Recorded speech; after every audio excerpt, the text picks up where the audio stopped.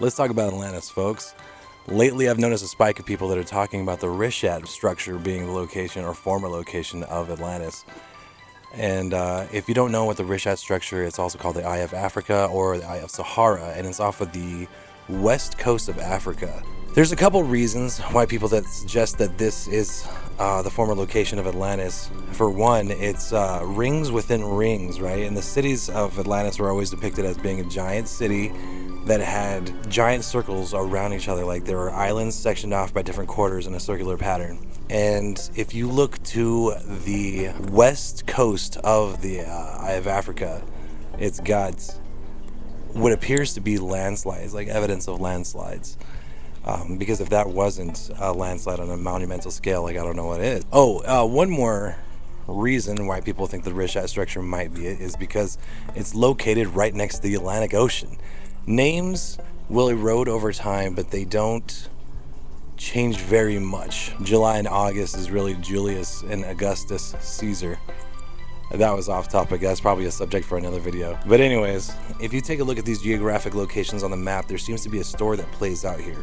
There's a lot of people that said the Egyptians are actually the survivors and the descendants of Atlanteans. This geographically makes sense because if the Richat Structure is one of the former locations of Atlantis, and I say one of because I just feel like it would have been way bigger than what it's perceived to be on the Richat Structure. It seems like it was a society that was built that way. If this indeed sank, and for some whatever reason that it went down, and that landslide is evidence of that, then it would stand to reason that the other side of the continent, which is where the pyramids of Giza are, right? This is Cairo. It's where the ancient Egyptians built their society. It's on the other side of the continent, where the opposite of the landslide was. But if you are trying to escape the landslide and go to the other side of the continent, there was the Sphinx, which the Sphinx itself should be examined because it's older than ancient Egypt. It seems to be a landmark that pre-existed it, and I say that it predates it because there is signs of water erosion all over the monument, meaning that it was once underwater and it was facing the sheer force of currents running through the water, right? This monument was submerged.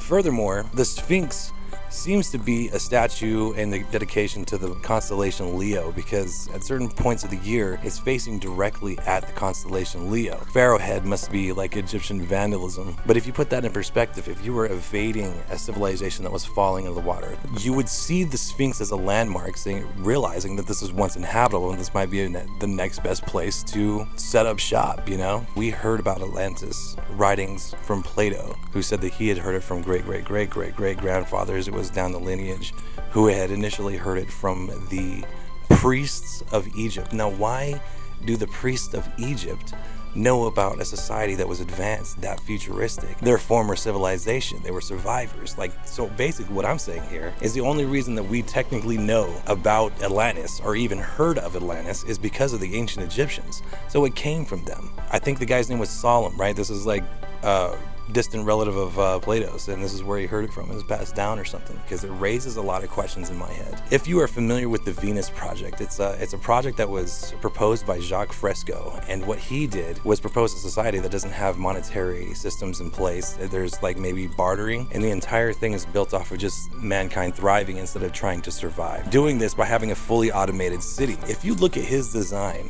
he has a city that eerily matches the description of Atlantis. Like when you see depictions of Atlantis, there's a city that has circles within circles, with rings within rings. And this is what he proposed for Project Venus, this perfect society. The way he described it, he said that the rings of the city will rotate and handle agriculture, waste disposal, watering, monitoring, stuff like that, and it's regulated by the rotation of the city itself. He specifically, I remember in a video interview, and I might not be able to cite where I got it from, but this interview, he says that he calls the center of the city the membrane. Or he says that it's membrane because it represents the fact that it is run by an AI, central AI, that regulates and monitors the rotation of the city, handing over the keys to like the future of the civilization into the membrane. The only reason that I'm drawing this conclusion, where did he get the idea? Did he build Project Venus with Atlantis in mind? Like, I don't know. I want to know if anybody has any kind of like data on that. Did he build it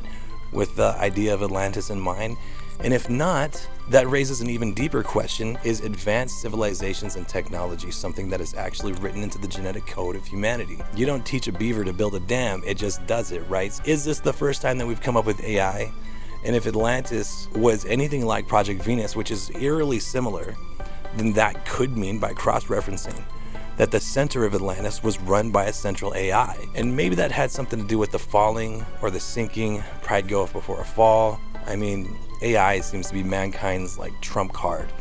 It's like the thing that we always want to do, even though we know we shouldn't be doing it. And it just makes me wonder if there is a rich history here that we don't know about. I don't know if you guys are familiar with Graham Hancock, but he says that humanity is a species that has amnesia. And that, makes a lot of sense to me. So there's a lot of history that we don't know about our own species, our own culture, our own kind. We're just going by the public word. Am I reaching here? Maybe. Oh, here's another thing that I gotta draw. I gotta put this in. Jeez, I almost forgot it. Okay, the interesting part about the idea that Atlantis was powered by stones is because it's really not that different from how we are today. When you think about circuit boards and computers and all the hardware that goes into making these intelligent systems, computers and circuitry are composed of silicon, copper, gold, aluminum, tin, and platinum. These are the components that actually make the circuits that our entire society is built on stones. If you think about it, the definition isn't that different from Atlantis. Our society is built on rocks. We taught rocks to be smarter than us.